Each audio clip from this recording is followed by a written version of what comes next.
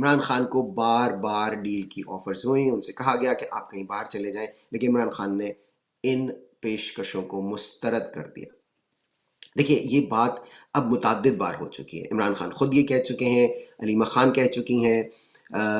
علی امین گنڈاپور کے توسط سے بات آئی، ایسے لوگ جو عمران خان بہت شدید تنقید کرتے ہیں وہ بھی کہہ چکے ہیں، بلکہ حکومت کے ایک بہت ہی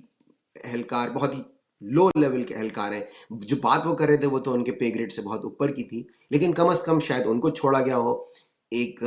اب بڑا راکٹ چھوڑتے ہیں، چھوٹے چھوٹے پٹاخے بھی آپ کو بعض دفعہ چھوڑنے پڑتے ہیں مجبوری میں، تو شاید اس چھوٹے سے پٹاخے کو چھوڑا گیا ہو یہ کہنے کے لیے کہ عمران خان کو یہ کہا جا رہا تھا کہ آپ کسی گلف کنٹری چلے جائیں، لیکن عمران خان مصر تھے کہ وہ لنڈن جائیں گے، جو کہ بالکل ہی ریڈیکولس بات کی ان صاحب نے آ کے۔ اس کا پہلا حصہ تو درست ہو سکتا ہے کہ عمران خان کو کہا گیا ہو، عمران خان کو اگر ملک سے نکلنا ہو، جس کو اپنی جان بچانی ہو، تو وہ یہ تو نہیں دیکھے گا نا کہ گلف ہے یا کیا ہے، وہ تو کہے گا بھاگے گا جس کو نکلنا ہوگا۔